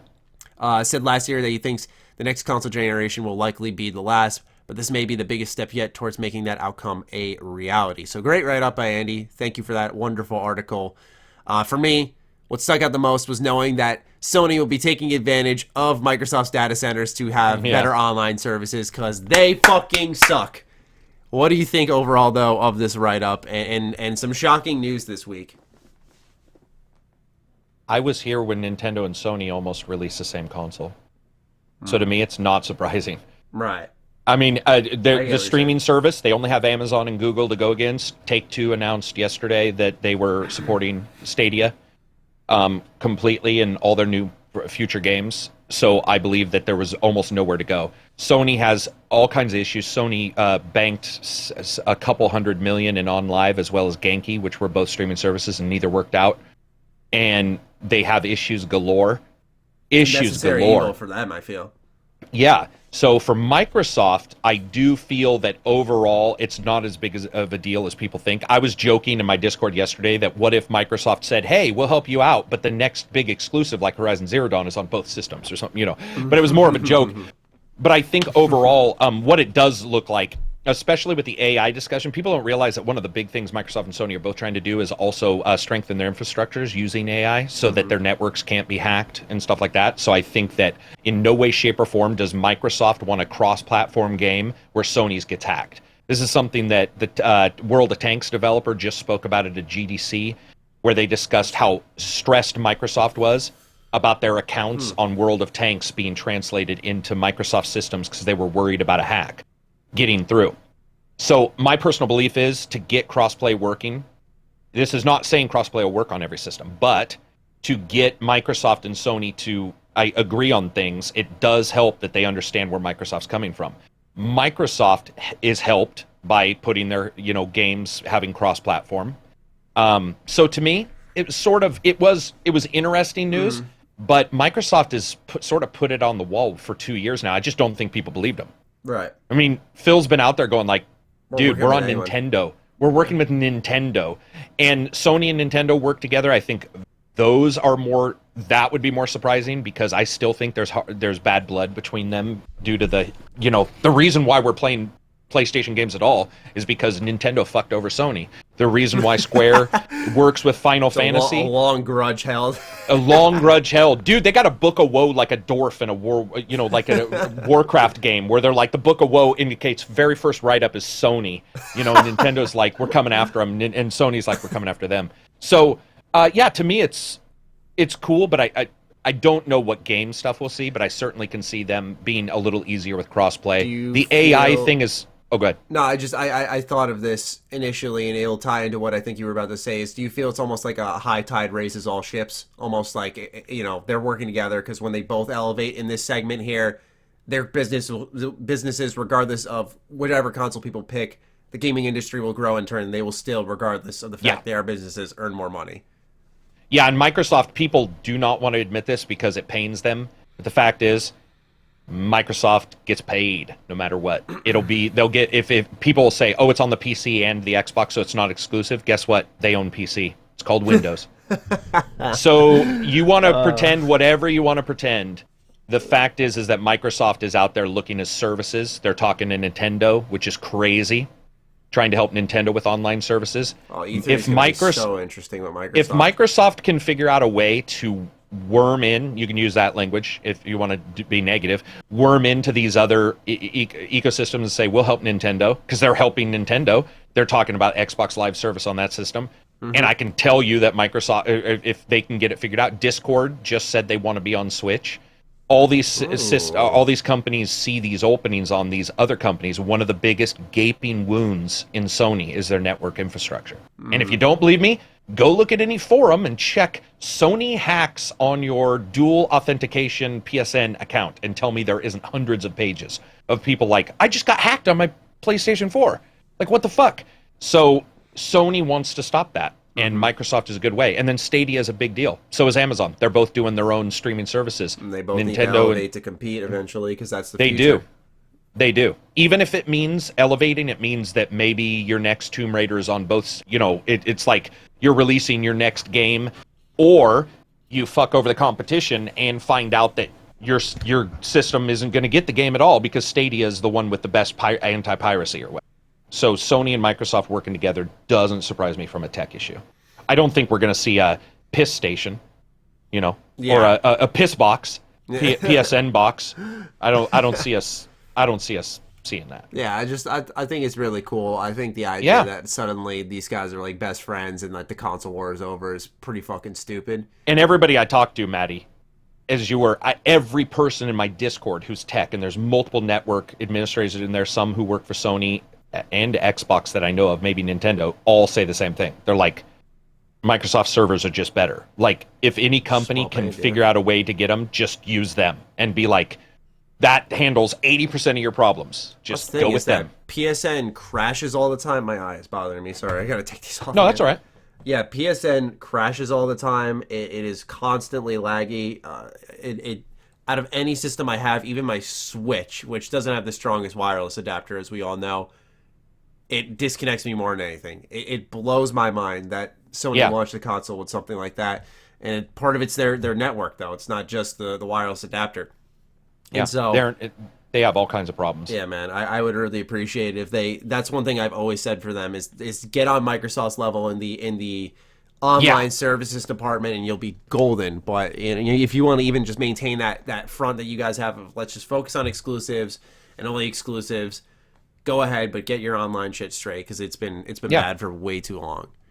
And I mean, you can't be Sony and pretend Microsoft isn't the one handling the server systems, right? At some point, you have to look outside of games, and every time you're talking about your server infrastructure, somebody keeps mentioning your competitor. At some point, you have to be like, are they a competitor in this? We need to improve our stuff. Are we gonna build our own server infrastructure? And Microsoft already built theirs. It's built everywhere. So it only makes sense. At some point, you have to do it. Yes, indeed. Well, interesting news there. We'll see if there's any impact of that when it comes to E3. I doubt it, but anyway. The piss box, I'm telling you. PSN Xbox. It's a nice little hybrid. People would shit. The world wouldn't be able to handle it. I would love to see the devastation of like some 14-year-old who swore allegiance to the PlayStation army. Dude, it would be devastating, which would be a blast to watch. So next is Metro Exodus gets 2 new DLC episodes. Ladies and gentlemen, Karak just spilled a little bit of soda on his beard. I did. I don't know what was going on. His little beard net caught it. That was adorable. Beard net. Jesus Christ. That's going to stick with me. Anyway, Metro Exodus Expansion Pass content detailed first DLC drop lands this summer. This is by Stephanie Nunnally, yes, on videogames247.com. Content of the Metro Exodus Expansion Pass has been provided, and the first drop will arrive in the summer. 4A Games has announced the content, which will come in 2 major DLC drops. Both feature new stories from the Metro universe, and in place of Artyom, in one you will play as the American Aurora Sam. While all content is available through the Expansion Pass, it will also be made available separately. Details on both DLC releases are below with the 2 kernels will be arriving this summer, followed by Sam's story in 2020. By the way, if you have not completed Metro Exodus, what follows will contain spoilers. You have been warned. Okay, so let me briefly scan this and make sure that this synopsis doesn't. 2 kernels doesn't seem to have spoilers. Okay. All right, well, anyway, I'll just warn everybody, skip to the next timestamp just in case, but I'm going to read the details of this expansion pass. All right, so 2 kernels summer. Colonel Klebnikov is below the surface of the ghost town Novosibirsk, and, and is on a quest to find his home and his son, Kirill, in time for New Year. But between the mud obstructing the tunnels and the intensifying attacks by mutants, things aren't going so well. Plus, the ecological material which protects the population from radiation is scarce. The 2 kernels will also feature a new weapon, the flamethrower. Next is Sam's story, early 2020. The second piece of DLC, Sam's story, is the new sandbox survival level based on Vladivostok. Sam is a U.S. Marine stationed at the Moscow embassy before the bombs were dropped. He wants to return to America, where he hopes to find his family alive. The prospect seemed impossible, but when he and the other Spartans discover Moscow is not the only city left alive after the war, holding out hope doesn't feel so foolish anymore. In his quest to head home, Sam makes his way to the remains of Vladivostok's harbors, only to find his surroundings far trickier than expected. It's available for pre-purchase now for $25. I'm going to be honest with you, man. None of that sounds interesting to me. Did any of that catch your interest at all? It's not that caught my interest, it's that I didn't know there was this DLC coming. I wasn't tracking it. So I'm interested only because of that it might be something good, not necessarily anything in that press release. It's just like, oh, but that's it. Not, oh, that now sounds interesting. So yeah. I'll have to see, like, as somebody does a preview, more of what it offers. But none of that really sounds super catchy. Yeah, and part of it's probably because I wasn't a huge fan of Exodus. I've talked about it a lot on the podcast, but its story didn't really grab me at all, and its characters certainly did not. I liked when the gameplay sent us into more, and this kind of contradicts what I was actually, not contradicts, but it's against what I said earlier about Rage 2, so it just goes to show certain games function better in certain surroundings, and Metro is one of those games that's better in the more confined setting, and when it opened up, it worked in some ways, but it started to feel like a Far Cry game, which, I just wasn't huge on. So, seeing more DLC, especially that takes place before all of this, it shows that they didn't have much places to go narratively until the next official game, which is all the more reason why I'm like, I'm not interested. We'll see though if that turns out to be anything worth paying. Yeah, I mean, I've been wrong on preview. You hear something, you're like, Prey 2 or not Prey 2, but Prey's DLC. Yeah, Moon Crash.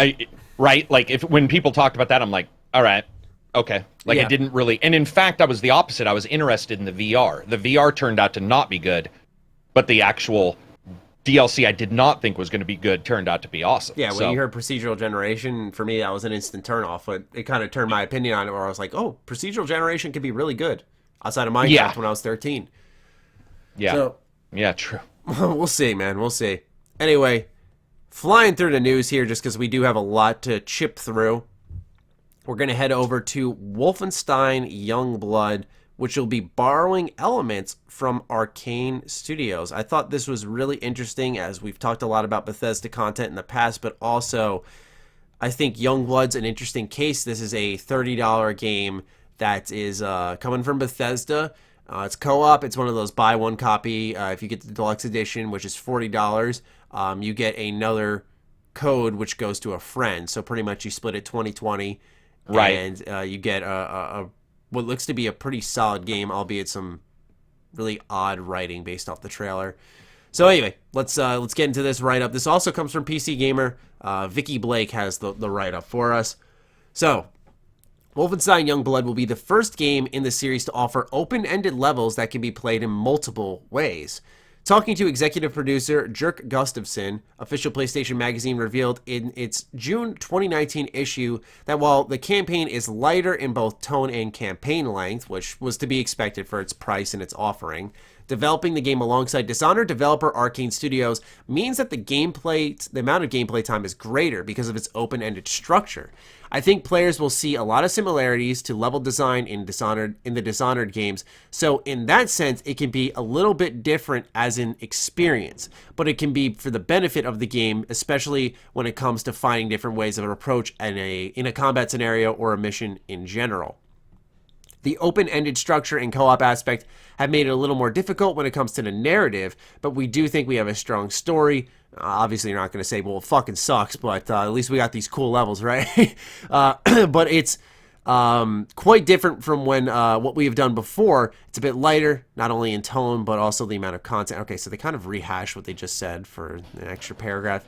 Players will be able to stay in the game for a long time, he added. We'll add additional side missions and new challenges once the campaign is completed. There will be a lot more activities and side missions that you can do in Wolfenstein Youngblood than in previous Wolfenstein games. Well, previous Wolfenstein games didn't boast much content, just the story usually. There were some like little objectives you could do on the side, and obviously there was the Enigma system in Wolfenstein 2. Anyway, I thought this was really awesome because I think Arkane Studios is arguably, would I go this far with this hot take? I'd say like the best level designers in the industry when you look at Prey, Dishonored. So seeing that they're going to have an effect on Wolfenstein, which you could see in 2 where they gave you the suit where you could shrink down and crawl under stuff or use the stilt and go above things. Or you could, I think, sprint through enemies. There were like 3 different options. You could tell Wolfenstein was heading in that route of more gameplay freedom whilst trying to remain narratively focused. So I love the idea of seeing Arkane get their hands on this game a little bit more alongside Machine Games. What are you thinking with Wolfenstein? Do you think open-ended level design is more appealing to you, or would you like a better narrative? Do you feel a little bit, though, just a little bit, by the way, but a little bit that the last Wolfenstein had, a sort of a touch of this? That's what I was saying with the suit. I thought it kind of introduced that, and some of the levels supported it. Yeah, so to me, right, and so to me, I think this is probably the perfect way to go, which is like, we're not Dishonored the Wolfensteinian, like that's not what we're doing, but we're going to take some. So I actually feel that they've already gone this route, and so I'm totally happy with it. I'm not a big hater of the Wolfenstein games. I like different ones differently. I think What's your favorite? Could be, man, probably the original remake. Yeah, the New Order. You know. Oh wait, you're talking about 09? No, the New Order. Two ago, or was it New Order? There was New Order, Old Blood, New Colossus. Colossus was 2. Old Blood was the expansion, which I personally didn't like. That's my least favorite. And then there was the first one, New Order. I think it's New Order. Okay. The first of these. But regardless, I didn't hate any Space Station of them. mission, Nazis on the moon. Yeah, I didn't hate any of them, for sure. I just want to make sure that's clear. But I agree. I think that the last one we played, there were elements of Dishonored, and I don't hate Dishonored, but you know that I'm, like, the only one I've yet to play that I'm really interested in is the one you reviewed, Death the Outsider. I don't know why, that just really appeals to me. 6-hour game.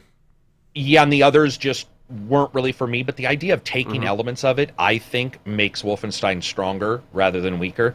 So I have no problem with that. I think it'll be very cool. I think Wolfenstein already, even more than Doom, has a flexibility in the function of some of its weapons, and it's over the top. Like the mech suit, like you said. Like, so to me, it fits. And so I'm excited for it. I mean, again, as long as they don't go nuts, I don't want walls in the middle of nowhere so you can fucking stealth or anything. Like, it would be more along the lines of just attacking enemies and doing things in an order that is different than the person next to you. Right on. Yeah. I like the idea of Wolfenstein opening up more because, as we both mentioned, they're heading in that direction, and I think it's good for the series because it seemed like there was a lot less gameplay in 2 compared to 1, and so focusing on level design, opening things up more, drives people to focus on that gameplay more. I have a question. Let the story sit back a little bit this time around. What was your question, sir? Do you feel there's a chance that because it's twins, you have different gameplay elements for each twin? Like, one twin's shorter, and they can slide under this, or... Gotta be. We don't really know much, and it's coming out in July. We don't. That's why I'm asking you, because I was hoping you knew or had some data I don't have, but I don't know anything about the game. So I was like, that would be sort of cool. It wouldn't be, that's really redundant what I said about, like, one person's taller, but you get my drift. Like, yeah, they're going to play differently and feel differently. And I feel like they have to in the spirit of a co-op game, right? Because you're otherwise, if you're playing the same as your friend, what's the point? Yeah, right. So do we know if they have powers or... No, it might be kind of like in universe stuff. I'm looking at...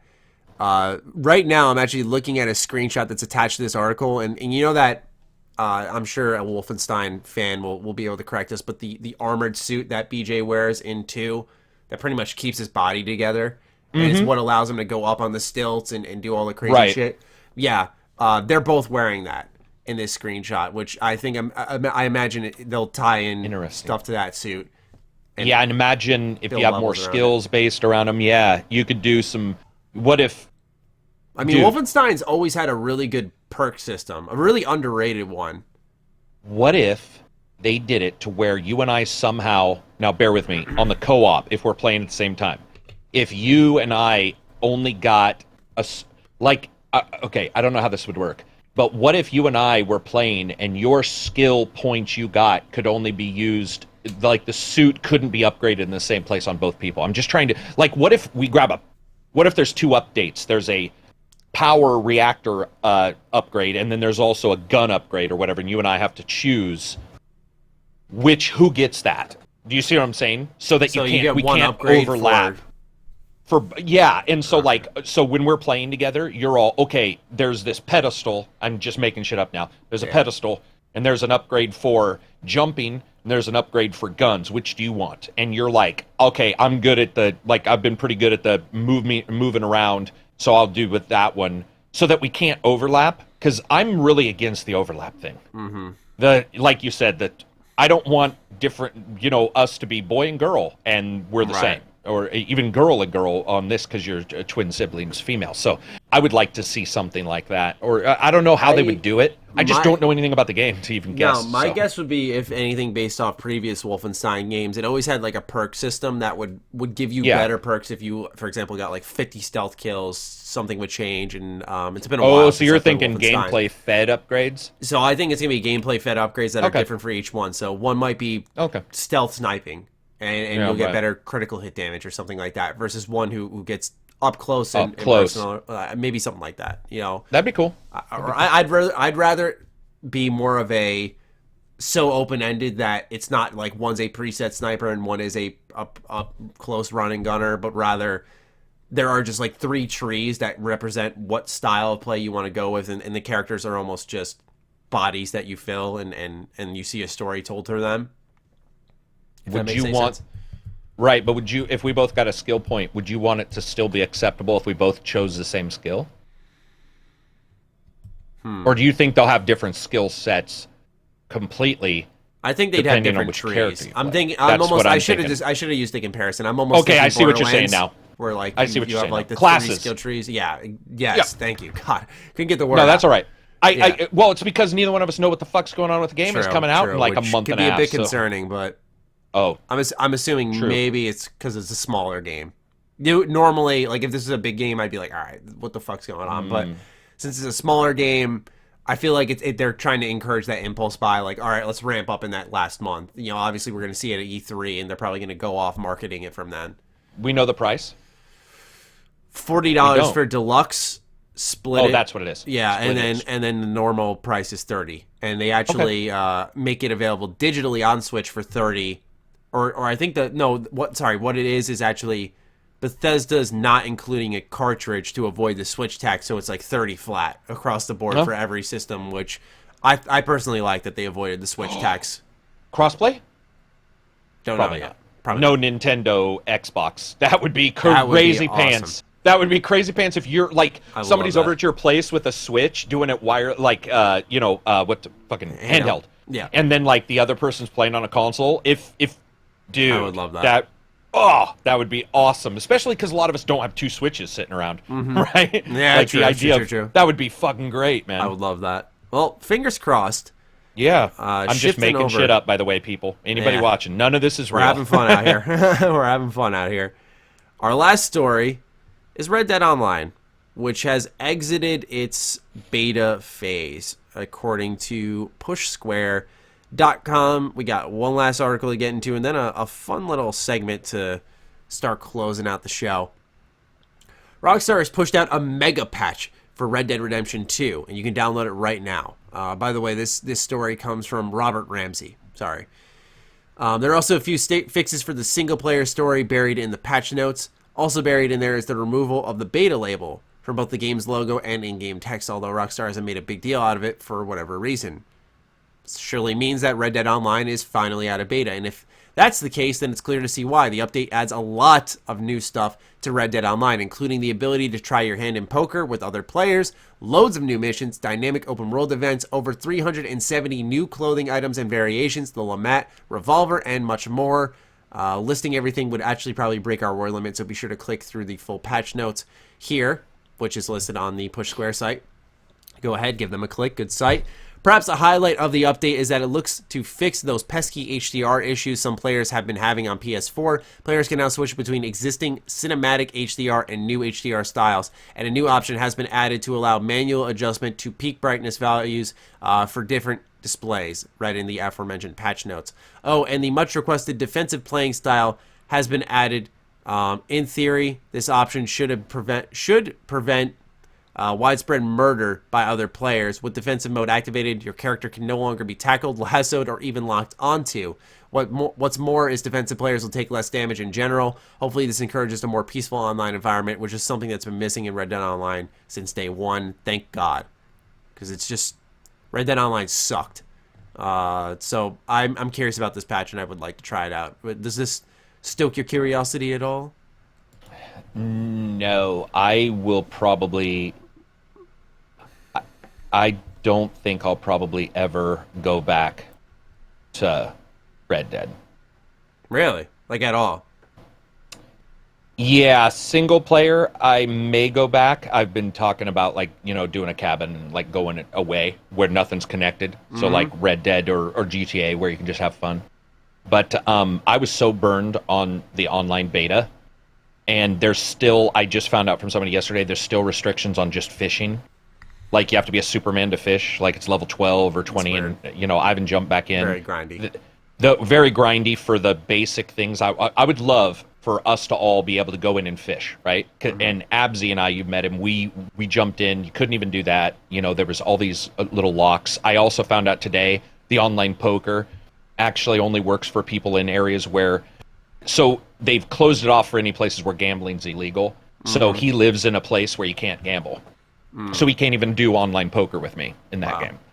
Yeah, so there's just so many issues. And to be honest, the horizontal mayhem that's available in GTA because of helicopters, airplanes, all that kind of stuff isn't that vertical. Thank you. I'm doing this and I'm like talking about horizontal. People are like, dude, seriously? The vertical that's available there isn't available in Red Dead. It's just horses and it's all horizontal, right? All so it's just it just doesn't. All those side activities are what made me want to play, and so there's so many caveats to it that I honestly don't think I'll ever turn on Red Dead Online ever again. I may do the single player, but sadly enough. No, I'm with you. I want to try it out, maybe with some friends one night, but I don't know if it goes beyond that. More curiosity, right? Yeah. It's like Days Gone. After I reviewed it, I went back and kept playing after its patches just to see if, like, it really got better. And because people were like, it's not that bad. And I went back and played, and, like, instantly I started lagging. I was like, all right, this is fucking stupid. So, yeah, out of sheer curiosity, now that the review season's done, I might look at that. Glad other people like it. It's just not for me.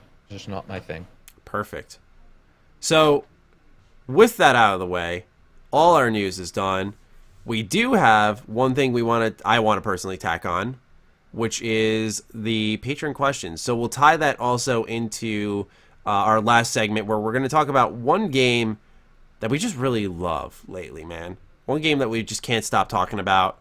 We just want to, conclude it on a positive note. But first, some questions from our lovely patrons over on my Discord. Yes, we. For those who don't know and are listening right now, just know that. Let's get ready. Woo! Sorry, continue. No, you had to get fired up, man. These people are coming at us hot. But you guys go ahead into the Discord. There is a section called Podquack sect. I can't get this fucking shit. This is amazing. Podcast questions. Yeah, fuck me. I said Podquack. I fucking ducked. Podquack questions coming at you. Podcast questions. Ladies and gentlemen, you can ask on the Discord. There's a fucking section. I don't care. Don't ask your questions now. I embarrassed myself. So the first one is 2 from Johnny EC. He says, 2 questions, both kind of asking the same thing. 1, what are some of your least favorite trends developers follow? And what do you believe are some common mistakes developers do when following these trends? And what do you think would be a good remedy for these trends? For me, I dislike that a good portion of games nowadays try to make their games open world or make their open worlds as big as possible without implementing things that would make it more enticing to explore. I don't know. Johnny kind of took the words out of my mouth, and it's funny because my favorite game this year so far is Rage 2, which is an open world game. But there are sometimes in an experience, like if they said A Plague's Tale, We're gonna go back to that. We're just gonna keep bouncing between these two titles. If they were like Plague Tale is an open world game, I'd be like, that doesn't work. It just doesn't work. It's kind of like when sort of felt the same way when Shadow the Tomb Raider tried to open things up with a hub and then and tons of exploration. I was like, that doesn't work for Tomb Raider. It was a interesting game. I apologize. Did Rise? You like Rise? No, you're good. Rise was good. Yeah, Rise was good. I liked a lot of aspects of Shadow. I thought it was a good game in many ways. I thought the way they did Lara was great. I thought its focus on puzzles and exploration rather than gunplay was neat. But yeah, overall, I didn't think that was a game that fit that mold. It was forced because it's a good way to sell, and it's a desperate series that needs to sell to try to stay relevant and alive. And so I personally feel like developers need to stop, not put yourself in your little box, but look around, observe, see what's working, but create your own thing. You can't be a follower. You got to be a leader, I feel. And that's why I can't stand trend following in this industry, because it normally doesn't lead to anything good. Because what'll happen is you're almost piggybacking. So think of Skyrim when it came out and how many games tried to mimic Skyrim in their own way and then had their own gimmicks. You'd always mention Skyrim in that same breath. And I'm sorry, but as a creator, if I'm working years and years on a game, I don't want to be mentioned. I want my game to be good enough to be its own thing, not mentioned in the same breath as other games unless it's within a genre, right? So that's where I stand on that. I would like developers to stop with the open world stuff, much like Johnny here.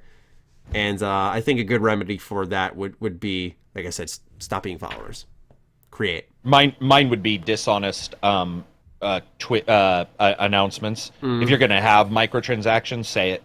If you're going to have like whatever you're going to put into your game, I would much rather have the dishonesty be gone right away. Right. It's starting to completely burn me out because I've already known that some will be dishonest, and I don't mean the publishers. I'm talking about the developers themselves, because a lot of people pretend that the publishers are the only ones who want money. Sorry. It's not how it works. I would really like that to stop. I would really like for people to just be upfront and be like, this is how our game is. Also, padding of story numbers.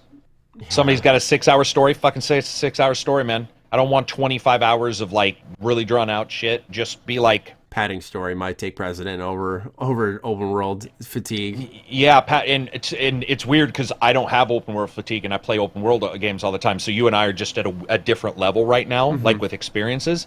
But for me, my level of of like going and seeing an announcement about a game and just being like blah blah blah blah blah, blah okay, whatever. And we're not going to have this, and you know, like of course you're going to. I talked about this. I tweeted you. I said, did you see the store in Bethesda's? I didn't know there was a store in Rage 2 at all. And I was like, did you see the store? Like, I don't have anything even about that. And I had to go investigate it. Just fucking say. That. Just say you got pimp teeth fucking skins in your store in Rage 2. I'm okay with that. But I don't need the bullshit. Yeah. Pretending they're other things. Ed Boon, we don't have loot boxes. We have boxes that are shaped somewhat like squares that are loot, and you're just like, fuck. I just don't like that kind of the terminology. They're all twisting it. Yeah, their own version of the truth, pretty much. Oh, online only. Sorry. Online, no, go off, man. I apologize. You got pumped up. Go off. Yeah, online happen to be online for single player content. I'm looking at Elder Scrolls Legends on the mobile. Dude, if something's single player and it doesn't need online for whatever reason, just don't even require it. Figure out your DRM on some other way, because we know that that's mostly based on DRM. Trying to keep somebody. Because I remember I talked about this in actually my tier list of all things. I mentioned how Elder Scrolls Online, I ranked it a B, and I was like, Elder Scrolls Online is a fun card game, and I would have played it more on my phone when I downloaded it, but every time I went out to play the single-player version, I'd go on I'd use my service, I'd be like, all right, fuck it, and I'd go play single-player stuff, and it'd be like, you disconnected. I'm like, what the fuck, what did I disconnect from, my single-player battle? And it would kick me out of the battle, no progress saved, no like, oh, we'll hold you here. It was just like, it reminded me of why I can't stand online only at times, because it's like, it's a fucking card game, which you can actually play by yourself, which would be nice. Dude, one of the worst examples I've seen lately is the Trials game, the new one. I never looked the into motorbike that. game. Yeah, I never looked into it. Holy shit! It wouldn't even give you loot boxes until you signed in. Obviously, it was doing those loot boxes somewhere else, like it was on the server, and you'd just be like, "Are you kidding me?" And nothing would load up, and you'd just be like, "You can't open this until you're online. You can't do this until you're online. You can't do this," and you're like, "Jesus, I'm not even in the multiplayer section. I'm in a completely separate. Fix your shit." Have it done on the game disc. Like, have it done with the logic of the game. Don't have it connected to some bullshit server stuff. Next question comes from Dan. It's just for me. I'm sorry, Karak. It's a short one. Oh, no, that's all right. Literally a yes or no. It says, I get it if you don't want to address this one on the potty, Matt. I like that. The potty. But any plans for a rare/powerful weapons series for Borderlands 3? Oh, that'd be cool. That would be cool. I've noticed with my post-release rage coverage, people like discussions from me. Like I tried to make like a walkthrough video for H2 and it just didn't do well, which, you know, that's what experiment's about. But it just kind of told me like, okay, I look at what videos do well on my channel, what don't, and it's normally discussion-based stuff, collabs, that type of stuff. So I would just say maybe if it fits the mold, but I wouldn't expect it because I feel like my weapon guides worked best on like BGS games, just because I feel like people knew me for that. People don't know me for people know me for Borderlands discussions. They don't know me for Borderlands guides. So in answer to your question, Dan, probably not.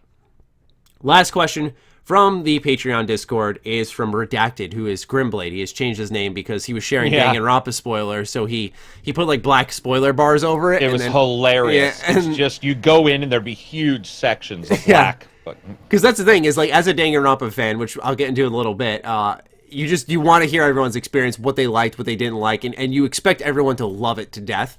And so he like writes this whole big spoiler blog on how he likes some stuff. But anyway, he changed his name to Redacted because he was using spoiler blocks so much to talk about this game. He says, he says, oh my god, I can't talk right now. This end of the podcast, I must be brain fried at the moment. What is a mechanic in a game that soured an otherwise enjoyable experience? I hate the driving mechanics in Rage 2 and feel like they are a huge downgrade from Rage 1. PS1 era Grand Theft Auto also had some really poorly designed main story missions. I like this question a lot because it highlights how much of a nitpicky piece of shit I can be. And I got to think a little bit of an answer. I don't know why. I just thought of Lego Lord of the Rings. I hated its overworld. I thought it fucking sucked because I love Lord of the Rings. I love The Hobbit. And like the overworld for that game was so bad. It was so unnecessary. But I'm sure I could think of a better answer in a little bit. Was there one game that may have been soured by one sole mechanic? Yep. I brought it up 100 times, 1,000 times. That fucking cat in Persona 5. Oh no, don't go there. It's the only one when you bring up anything like. Well, I'll just say this. How about you remove Persona 5 and remove the cat? Anything where there is a specific set of steps you can take where the game uses one of those steps to do its own thing. If you want to tell me a story, if you want to do anything, great. Still give me my 3 actions at the end of the night. Or whatever. I can't remember how many you had at the end of Persona. Every night you had a certain number. Based off the days. Yeah. That's what it was. And what you're doing. Yeah. So, to me, anything like that in any game how many times have you got to a spot and you're like, I'm going to collect some stuff before I, let's say, trigger this main mission, right? And it triggers. And you're like, fuck!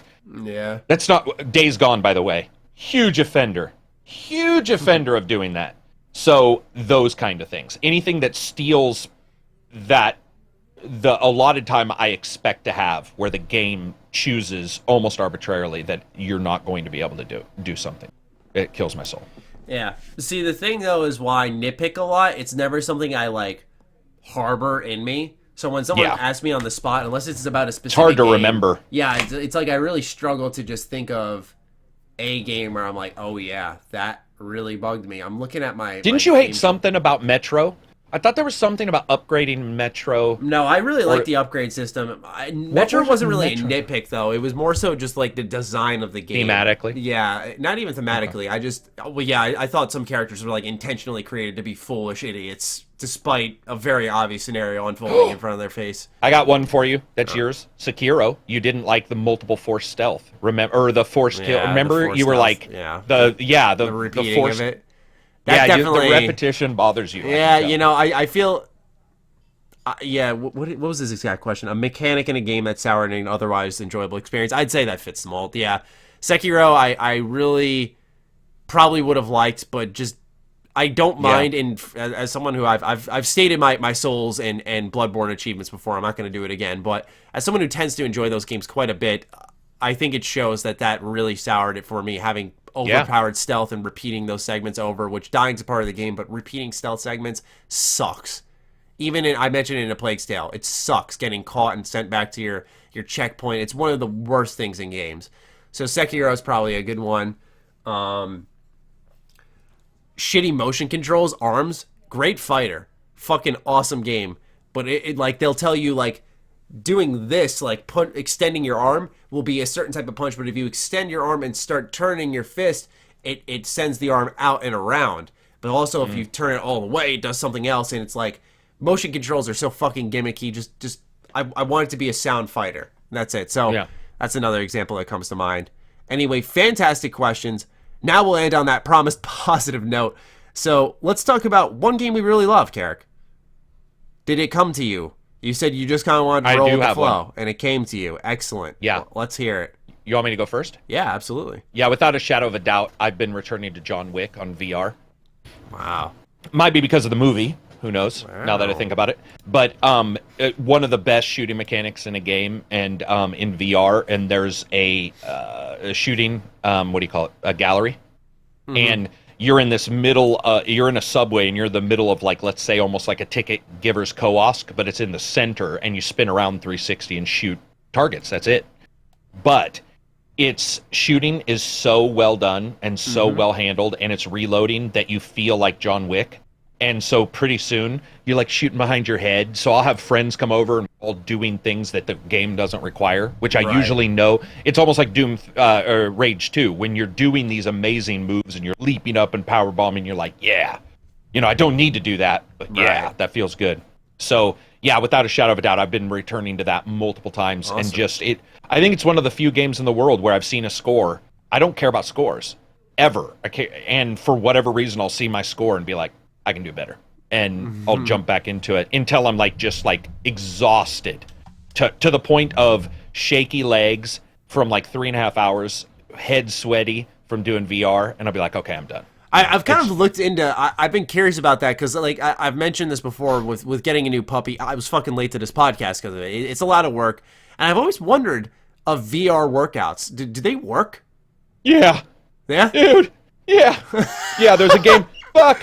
Yeah, there's a game called Fastest Fist, which all it is a Bruce Lee-looking knockoff with gloves, and he's like, punch, and you do and he knows, he's like, cross, and if you don't do a cross, they can tell because they track the movements, and then pretty soon he's like, okay, now I'm going to punch at you.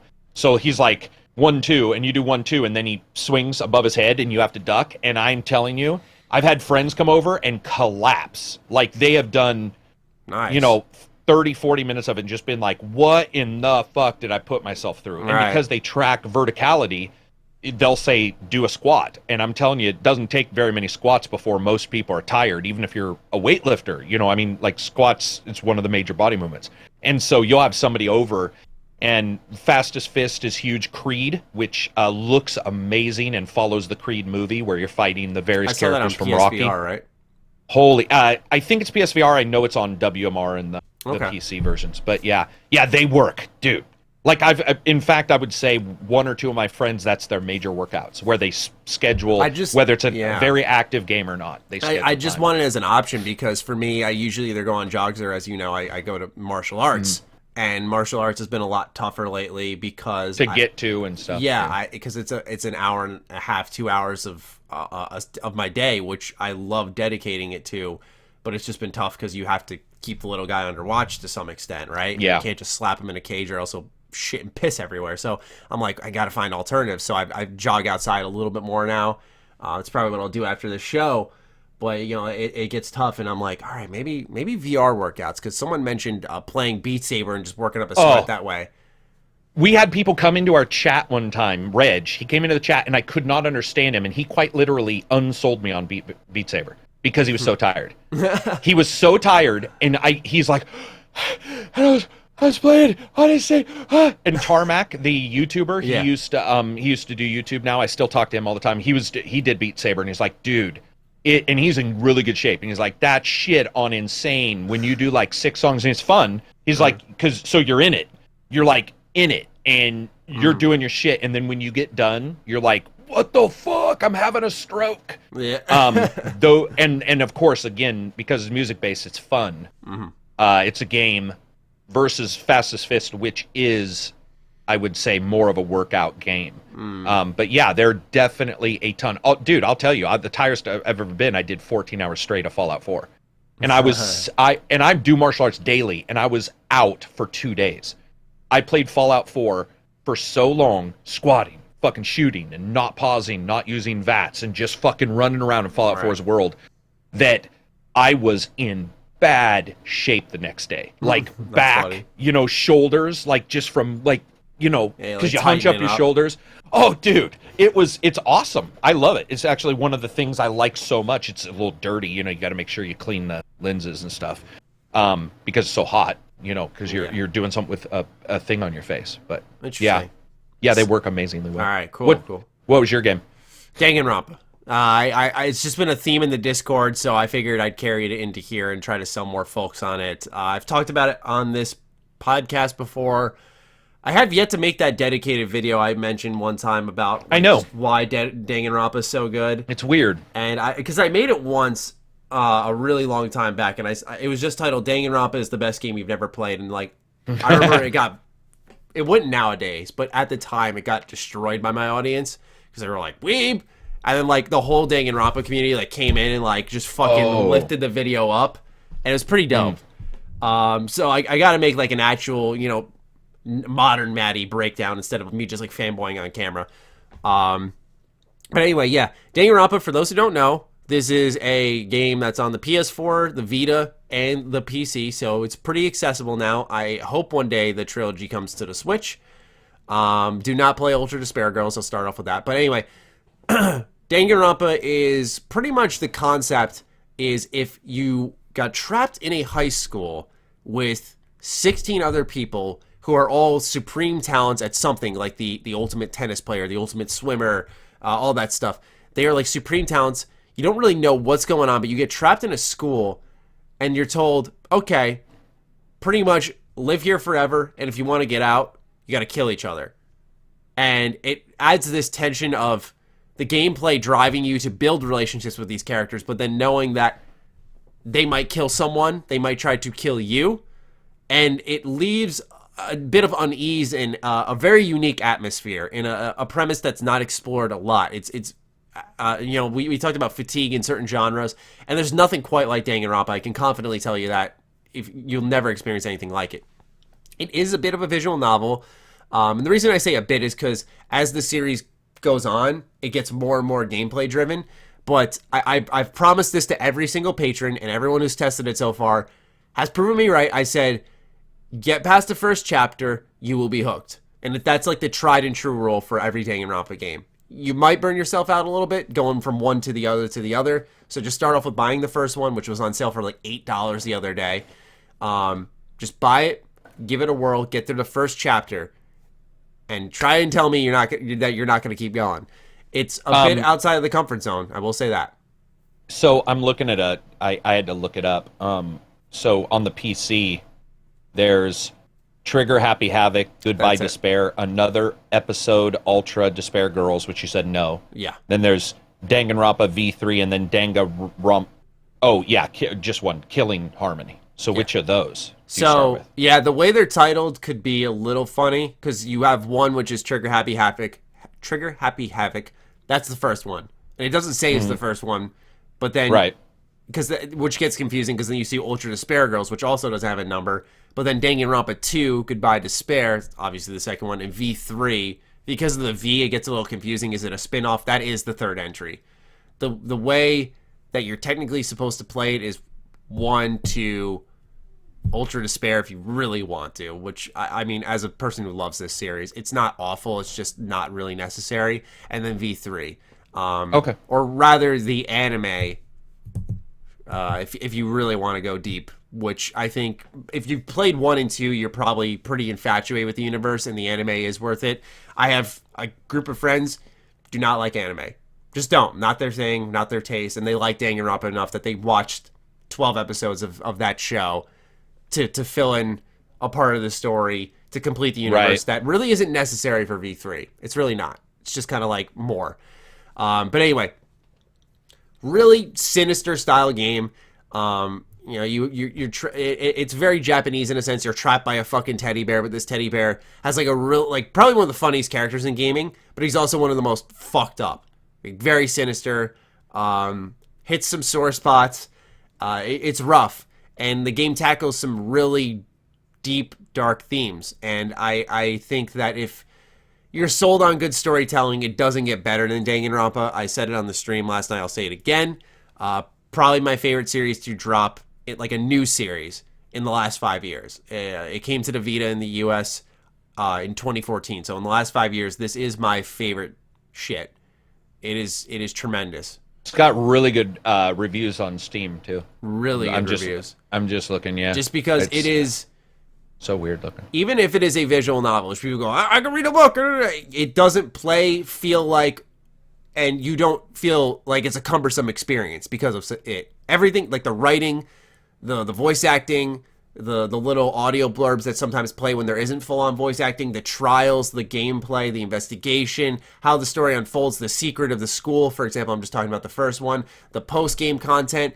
I mean, it's a very complete experience that lets you develop relationships with these characters. First game's about 30 hours, second game's 40, third game's about 50 to 60, depending on some of the extra shit you do. Gets longer each time, requires more of an investment, but I will say this. If you stick around until the first chapter of V3, fucking one of the most bold openings in a video game I've ever... I'm not even exaggerating, because I know I sound like a fanboy, but ever fucking played. Karak, it is fucking insane what they do. At the end of the first chapter. Are there a bunch of mini games too? Inside the trials, there are mini games. So like you can do Psyche Dive, and it's based off like the flow of it. It's to make it more of a video game, so you're not just reading. So when you're in a trial, you'll have to do like Hangman's Gambit. There are some, I'll admit, that aren't as good, but sure. I thought 2 had some of the worst. But outside of that, 1 and V3 I thought had really good mini games in them. And 2's mini games aren't awful; they're just, I think, much more forgettable. And the Hangman's Gambit in 2 was actually atrocious. 2 has a text blurb where a girl, she's got like horns, white and black, and she says, "Man, I'm hella stoked. I'm 31 flavors of stoked for all this deliciousness." Ibuki. That's the... Oh, you know who that is. I could tell by the way you described her, yeah. The characters are just memorable, man. Like, it becomes cool. A very large cast, and I just say that if you are hesitant on it, sure. But if you ever see it on sale, it's an instant buy. Okay. Because I get the skepticism surrounding it. It's a different series. It's a bit of outside of people's comfort zone. But if you are feeling confident and you do trust me, which you should, especially on this one, man, it's worth the dive. It really is. One of my favorite series of all time, and it is pretty much done now because the guy who directed it and pretty much anyone who made Danganronpa what it was had left the studio and made their own, and now they're working on a bunch of other, they call them murder games. So they're doing their own shit on a bunch of new IP and shows and stuff, which is excellent. Like they took the audio director, they took the composer, they took like the story directors of both Danganronpa and Zero Escape, which is another pretty fucked up series. So some pretty powerful minds working on a new set of games there. And so anything that made Danganronpa good's not really there right now. So and 3 has a demo on Steam if anybody's listening. Yeah, sure. Give it a whirl. It doesn't spoil anything. Yeah, go for it. It doesn't spoil anything, V3. It's demo. I feel like it's a hard sell because a lot of what's grabbing you is the narrative. But there are a lot of like references, good humor that I think could grab people. But yeah, man, it's worth a shot. It's certainly worth a shot. Excellent. All right.